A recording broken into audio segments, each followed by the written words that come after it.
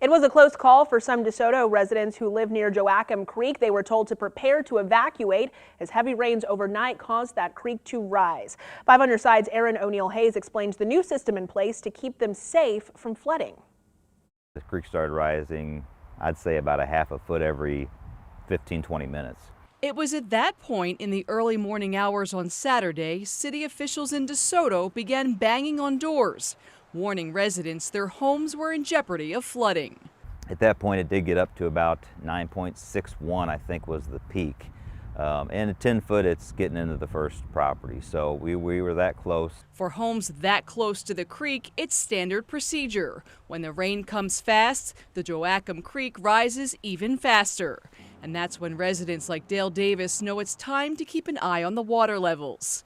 He has his own system for monitoring the creek. The bridge over there, I see how much coming up on that little pillar that's in the middle.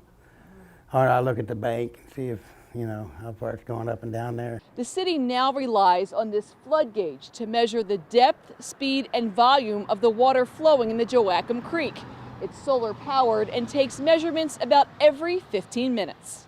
Before that Streamgage, a situation like last night where it's 1 o'clock in the morning, you're literally relying on some communications from a few people standing around watching the creek. But now, you know, you could pay attention on your smartphone and keep aware of the situation. Residents can go online and check how fast the creek is rising and determine whether or not to evacuate. Or they can stick to the old-fashioned method like Davis, which he insists is just as reliable, if not more so. I trust what I've seen for the last few years. In DeSoto, Aaron O'Neill Hayes, 5 on your side.